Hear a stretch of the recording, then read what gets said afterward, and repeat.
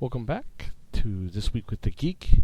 This is Geeky Pat with Geeky Pat Broadcasting, and yes, I am back. I want to say thanks to all those people who kept encouraging me and who still supported me even though the show had to end.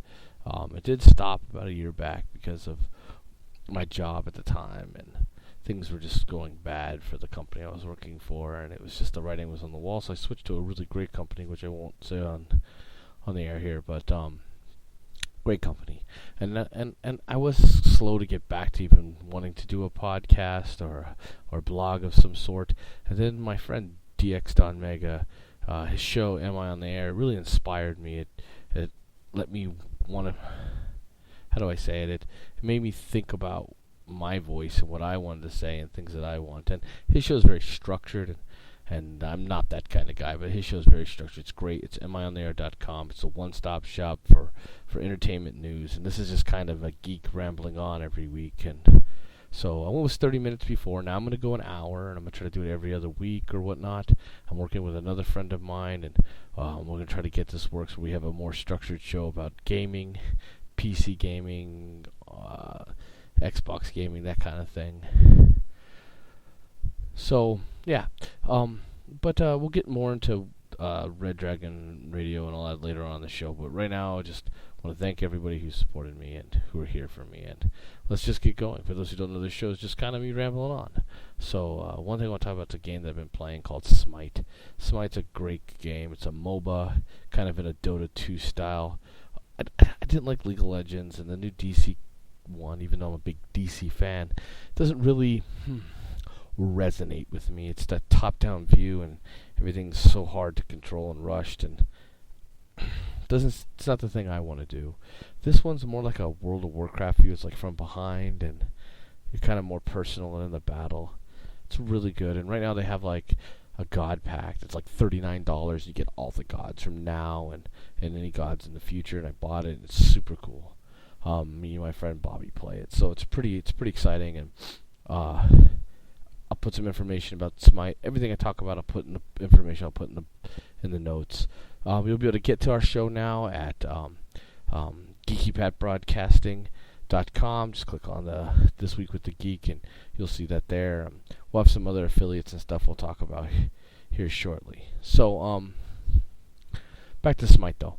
Smite, it's really fun. See, like most MOBAs and things, I'm grinding down to get things and to build things up, or I just purchase them, right? With this, it's not such a grind. You kind of have to build up some stuff for the game, but mostly you just go out to have the fun of winning, to win the game, which is interesting, because normally everybody wants to grind. I don't know why. I hate grinding. This game takes that out. I actually own all the gods now, so the only thing I'd be trying to get points for or paying for would be suits. Some of them are interesting. I don't know, maybe when I get into it more. But I enjoy Smite, and some new things that are coming out with the news in Smite would be there tomorrow, May 6th. Today I'm recording on the 5th, and hopefully I get this up by tomorrow or the next day on the 7th. But Smite launches 2-lane siege modes and maps on May 6th, which is cool. It's a live and die by 3-lane 5x5 maps. So, it's going to be really great. Check those out. Something you want to do. I like Smite. I hope you check it out. I'll put the link down there at the bottom. As far as other MMOs go, everyone wonders how excited I am about Elder Scrolls Online. Watch gameplay. Watch Angry Joe. Tend to agree with them. I'm not the kind. I'm a big fan of Elder Scrolls. I love that game since I was younger. The first one I played was Daggerfall, and I played them since. The problem with this is there's something missing when you go out and kill 5 somethings and bring them back to a quest giver. Elder Scroll lands have always been full of animals and people and things like that, and it looks so empty. And maybe it's new, maybe it'll develop, it come into something that's great. But I'm just not a big fan of this Elder Scrolls Online. Not enough to pay $60 for it and $15 a month. That's a lot, and it's very new, and I don't see where I'd want to do it. Truth is, though, if it went free to play, I'd check it out. I just don't want to pay $60 a month to do it. So that being said, you may disagree, and I understand. I'm a big Elder Scroll fan. Can't wait for the next one. Don't know about this online thing. What have I been doing lately? A lot of my time, believe it or not, has been wrapped up in a thing called the Game Crafter. And not exactly the Game Crafter itself, but it's what's inspired me to make my own board game. Now, what is Game Crafter? Game Crafter is a print-on-demand site at www.thegamecrafter.com. I'll put the link below, of course. It's a site that allows you to develop your own product, your own game, and have it printed or ordered off their website. So they have a shop there that you can do once you create the game that allows you to sell to other people who are looking for that game. But it also allows you to print on demand the game itself. So this is great if you want to develop your own card game, or make your own board game, or a mixture of two. They have a lot of pieces and a lot of things, and you can make playing cards, like Magic the Gathering cards. They even have it where you can you can build the cards, upload them, and then they'll randomly pack them, so you can make the expansion cards and stuff that you did for Magic the Gathering or Pokemon or something like that. You have game pieces and game boards you can design. You kind of just select and pick and choose and use what you need in this game development. And they have great wraps and boxings and things that look very professional.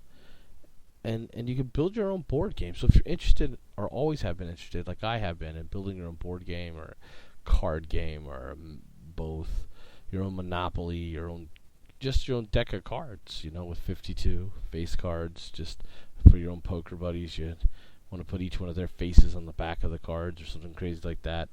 You could do that. You want to make a deck of cards that are customized. This is the way to do it. But what it does also allow you to do is build, for people who want to make this like a professional thing, not just sell it online, but they want to have a demo game, a game that they have, prototype game they can send to Milton Bradley or whoever makes games now. They could do it here. You could build a very good demo game, get people to check it out, get people to play it. It's got a great community, great community in their chats and their forums that'll help you develop and build the games that you want to build. And there's lots of people who've done that. And there's people who've been successful. There's games that are $60 to games that are $4. It depends on what you're looking for. The Game Crafter is very versatile. It allows you to, when you go to make it, you can check out the products before you ever buy, see their sizes. They have not only do they have a normal game board that folds out, they have large square boards, small square boards, not just the quad folds. They have booklets that range from tarot booklets, tarot size, tarot cards, or they size, to jumbo booklets. They have boxes for cards.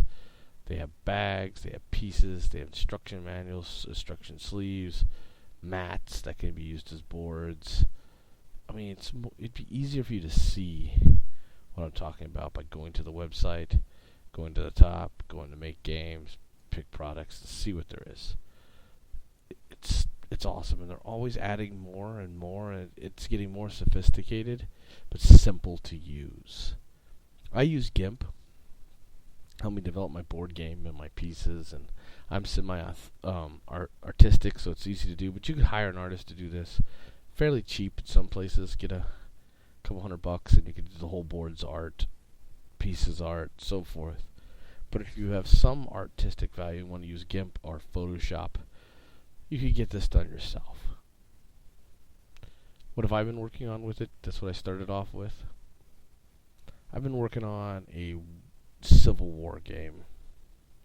I was gonna make a modern era war game, and where there was these two factions and they fight with modern technology.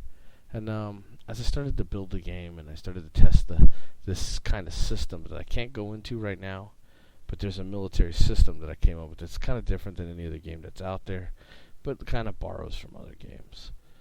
I talked to a guy in the general chat, and he told me that maybe it's better to make a smaller game on a historical scale that I am familiar with and test that system before I make something as elaborate, big as a future war. So, here's what I did. I went to the Civil War. I'm pretty fluent in it. I read about it. I like the Civil War. The Revolutionary War is probably my favorite. Then it goes Civil War, and then I love World War II, of course. But I wanted to build this game, so I've been working on it, and I've been looking at the pieces and things, and it's been evolving, and it's actually been a lot of fun as I come up with how the mechanics work and the pieces and how to build them and development. And I'll get more on it, and I'll share some stuff maybe on the webpage later for you to look at. And I came up with a company name, which I can't talk about right now because it's not copyrighted or anything yet, but it's going to be really fun. And if nobody buys it and I just want to play it, that's going to be excited for me. There are some downsides to the Game Crafter, and a lot of it comes with print on demand versus mass production, right? So like you can go to a Chinese site, a game development, pay them very cheap. If you can come up with like $6,000 right off, you can build hundreds of units of this game. They'll print them, they'll make them, they'll whatever, they'll send them over, and you'll have boxes and boxes of this game, and you can send them out. It's much cheaper. I don't know about the quality, but you can do it.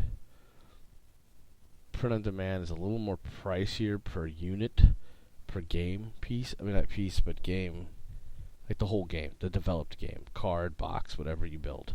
It'll be a little more pricier, but I don't have to have 100 boxes stored in my garage. So you have that advantage.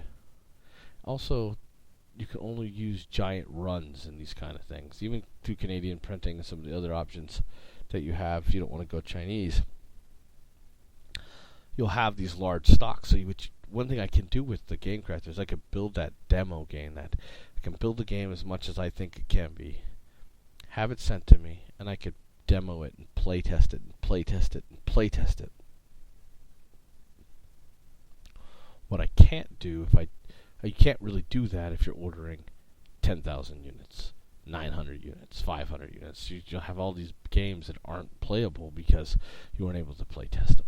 So even if you go with that option, though, like through Chinese printers, like I said, where they ship them over and take some months, or the Canadian printers, or something local, whatever, this is a good way for you to test the game before you order those large ones, and then polish it and get it ready.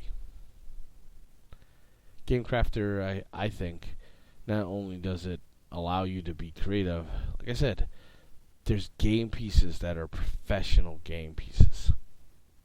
And I'm not just talking like the little doodads, like from Sorry, the little tokens in a way that just a little, looks like a bowling pin, right? They have those, of course, but they actually have like pawns, like actual playing pieces, tanks and soldiers and miniatures and dice and clips and buildings and boxes and timers and tokens and little tools and vehicles. And I mean, there's a lot to the games that you can build with what they have. And you're talking, some of the pieces are 98 cents each or whatever, so it does add up eventually.